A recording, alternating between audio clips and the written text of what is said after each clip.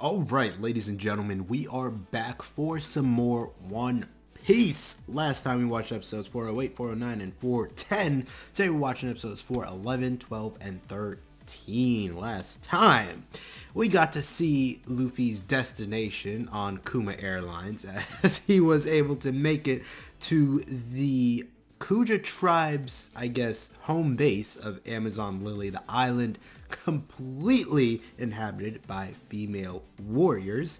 And seems as though they are very, I guess, unaware of the male figure because there were some things that went down in terms of Luffy's Kintama.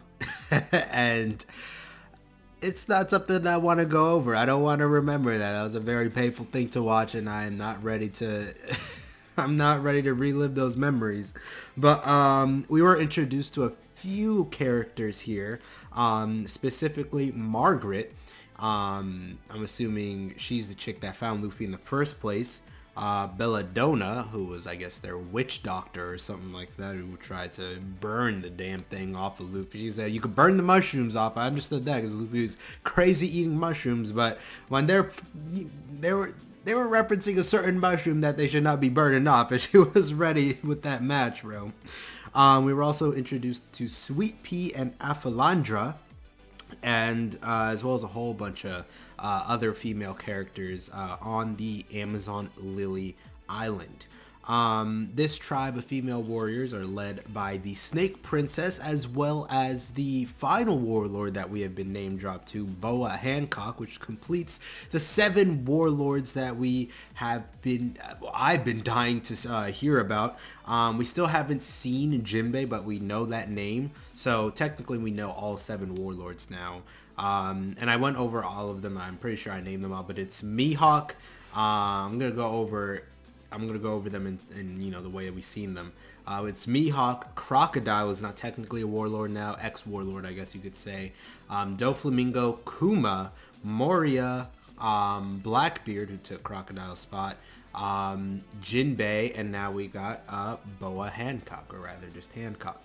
So that's 7, excluding Crocodile, but I guess 8 total warlords if you want to include him as an ex-warlord. However, in episode 410, we were introduced to Vice Admiral Momonga, who was actually pointed out to me, one of the Vice Admirals who was on call at the Buster Call in Eni's lobby. He was actually one of the, I guess, less strict or crazy Vice Admirals who was actually there to help some of the Marines that were still loose on Eni's lobby to get out of there before the Buster Call decimated the whole island. So he actually is here to summon Boa Hancock to, what was the place called? Marine Ford, because now it's clear to the military that the execution of Ace is going to be drawing unwanted attention, specifically a certain emperor of the sea, and they don't want to get up in there empty-handed. They want all hands on deck, so they're calling all the warlords, and they're ready to basically fight off Whitebeard in this, I'm assuming it's going to be like a war in terms of everything that's going to be going down here, and I can't wait to see that. I really want to see how that goes down. And specifically since it's Ace, Luffy is definitely going to be taking some part in it. I don't know how he's going to find out necessarily, especially since he, well, I mean, now that Momonga is here, maybe there's going to be some type of interaction. But I'm assuming he's going to find out in some way, and he's just going to bust up in there and say, bro, what you doing with my bro? What you doing with my bro? You gotta back up off my bro, or else we're going to have to tussle real quick.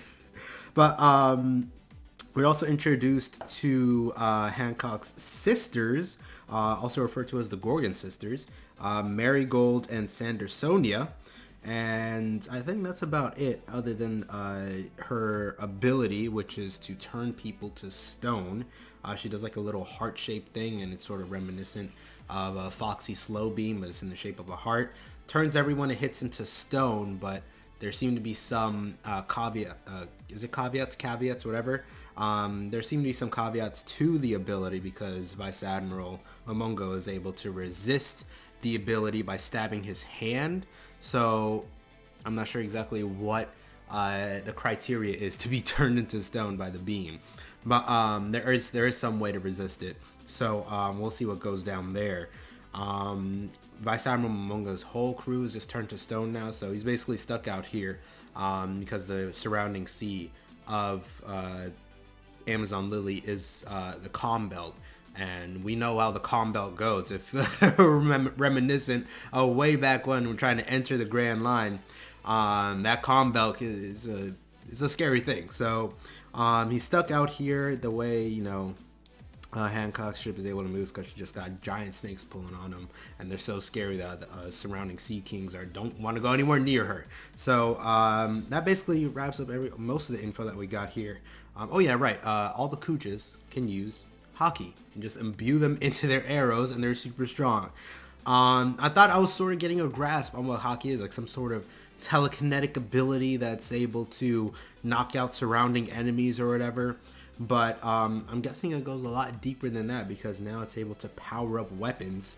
So if anything, this confused me more with its I don't really know how it's able to be used, or I guess like what its arsenal is in terms of usability. But it's a strange thing, to say the least. And I thought it was like a special thing, you know, for very certain characters that were above their league in terms of you know, the surrounding pirates and characters that we already knew. But apparently a lot more people can use it than I originally thought. So let's get into this episode here, episode 411. Let's go. All right, so going back here, the episode, where was the translation for it? They said Haoshoku HAKI. It's like a different type. No, it was bad. It wasn't before this. Here. There it is. Okay. Alright, let me just go back here. Because they said a lot of stuff here. Something about a king. And then the translation for Haoshoku. King's disposition. What is King's disposition? What does that mean? King's disposition. So King's disposition HAKI.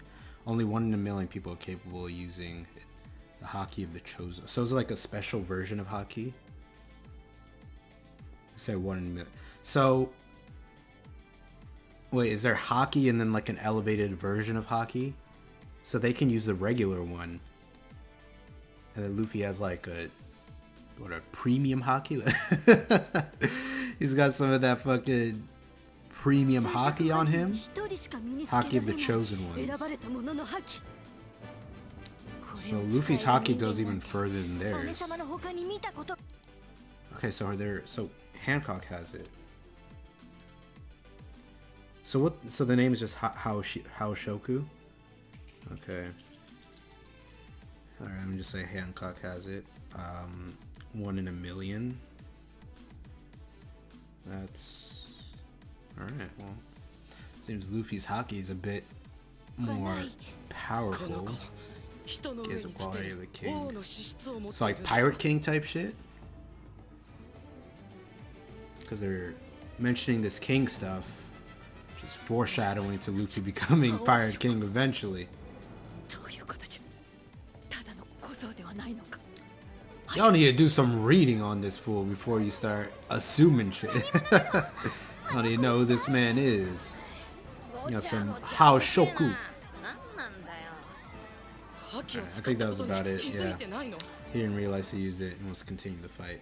So he doesn't. Yeah, okay. So he doesn't control it. So it seems to be coming out in bursts without him realizing it. Of course, well, it felt controlled against Duval. It seemed like he knew what he was doing when he used it on the bull. Other than that, no, I don't think he's... No, he hasn't used it at all, really. I don't think. So that's interesting to say the least. I think... I don't know. Well, for one, they're introducing like this premium special version of HAKI before explaining the original one. Like, okay, well now I'm extra confused because now there's a whole other branch of HAKI that's even stronger than the HAKI I had no clue about it to begin with. Now we got another one. It's like premium HAKI.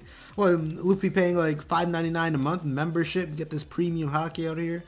What are we gonna get next? Like goddamn Twitch Prime HAKI? Like fucking membership HAKI. This was just upgrading his shit without me knowing what the original is. But we have seen, well, so then the one Shanks and Rayleigh are using, is that the elevated, so the elevated one is able to knock out multiple people, but then their version is like, is there, because they keep calling it the same thing, so I would say that there's like a different version, like one type of HAKI that can read minds and then they can dodge. Because she's doing the dodging, right? She's able to see, so the one with the green hair over here, Sander Sonia, I think that was her name, and then she's Marigold. So she was able to read his mind and predict his movements, and then she's able to hit him. So my thoughts are they're just different types of HAKI. There's one that you can imbue into weapons, so they're using it with arrows, so I'm guessing you can do the same thing with swords and all that, make them stronger. She is able to hit through devil fruits, maybe her ability of HAKI hits through devil fruits, and that's why she's able to harm. Wait, was she able to as well? Let me see. I'm thinking her HAKI is just to read minds, and then she can, let me see. I'm unsure if she was, I don't know, I'm gonna check back on it. But I think Sander Sonia is able to just read minds. Marigold is able to hit through devil fruits. Other than that, I am utterly confused. There's really nothing else for me to say. I think I'm gonna just refer to this Haoshoku HAKI to King's HAKI, maybe. Rather than just King's Disposition, because King's Disposition sounds like a disease. I don't know. King's Disposition. I'm gonna say just King's HAKI, which is the one that's able to knock out people, which was what Rayleigh and Shanks did, what Luffy is now able to do. It is an interesting development to see Luffy gain these abilities. Yeah, that basically wraps it up for this one, ladies and gentlemen. We're definitely going to be getting into more episodes later. Hopefully that can further expand upon whatever these abilities are and make more sense of it for me, so I can make some proper theories and thoughts for the future. But yeah, that does it for this one. Hopefully you guys enjoyed just as much as I did, and I hope to see you all in the next one. Peace.